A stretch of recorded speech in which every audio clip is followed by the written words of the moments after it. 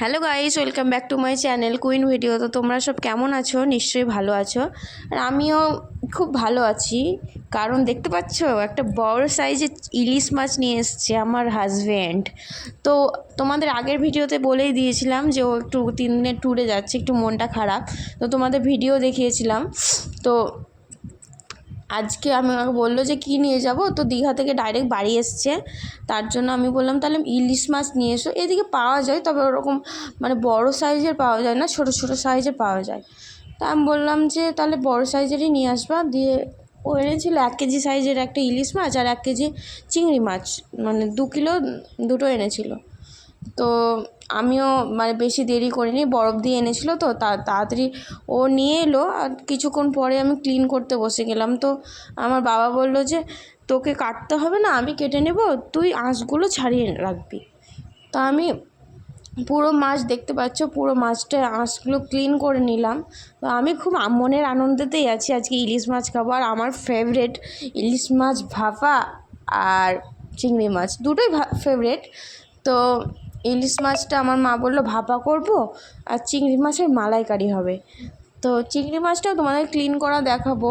তো প্রচুর boring feel করছিলাম, দেখতেই পাচ্ছ অত দূর থেকে চিংড়ি মাছগুলো নিয়ে এসছে, তো বরফেও নিয়ে এসেছিলো, তবুও মানে এরকম হয়ে গেছে। তো তাড়াতাড়ি করে তার জন্য আমি ক্লিন করতে বসে গেছিলাম। তো তোমরা মানে ভাবতেই পারবে না গাইস, পুরো 1 কিলো চিংড়ি মাছগুলো একটা একটা করে ছাড়াতে ছাড়াতে আমার পুরো অবস্থা খারাপ গাইস। মানে কি বলবো, পুরো টাইম তো লাগবে তাই না? 1 কিলো মানে আমি একাই পুরো ক্লিন করছিলাম, তো আমারও খুবই অসুস্থ ফিল হচ্ছিল। তো এবার কি করব, যখন খাবো তখন তো করতেই হবে তাই না? আর আমার মাও একটু কাজে ব্যস্ত ছিল, তার জন্য আমি এগুলো করছিলাম। তো হাতেও পুরো মানে ঢুকে যাচ্ছিলো ওই খোঁজগুলো। তো এই দেখো আমি একটা একটা করে ক্লিন করছিলাম। আর এমনিতেও গাইস মানে আমার শ্বশুরবাড়ি আমার বাড়ি থেকে 2 কিলোমিটার এরকম হবে।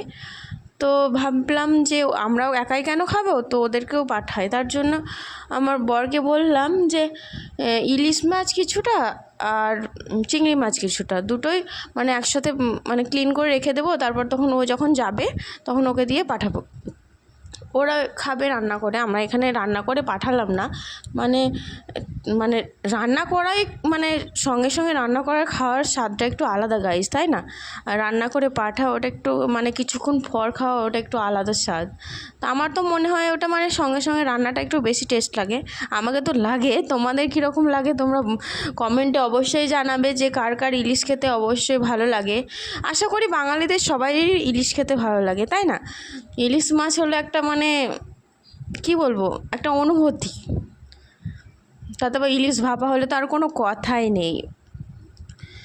তা আমি ভাবতেই পারিনি যে এরকম একটা জিনিস দেখতে পাবো।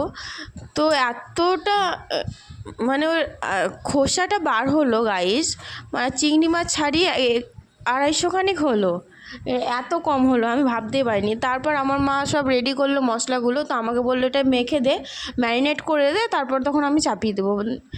বললাম তো তোমাদেরকে আগেই যে ভাপা হবে। তো ফ্রিজে রেখে দিয়েছিলাম ক্লিন করার পরেই, তো ফ্রিজ থেকে বার করলাম। তো কে কে ইলিশ খেতে ভালোবাসো অবশ্যই কমেন্টে জানাবে। আর আমার চ্যানেলটা অবশ্যই লাইক কমেন্ট সাবস্ক্রাইব করে দিও। আর ভালো লাগলে একটা সুন্দর করে লাইক আর সুন্দর করে কমেন্ট করে দিও। নেক্সট ব্লগে দেখা হচ্ছে। Bye bye guys.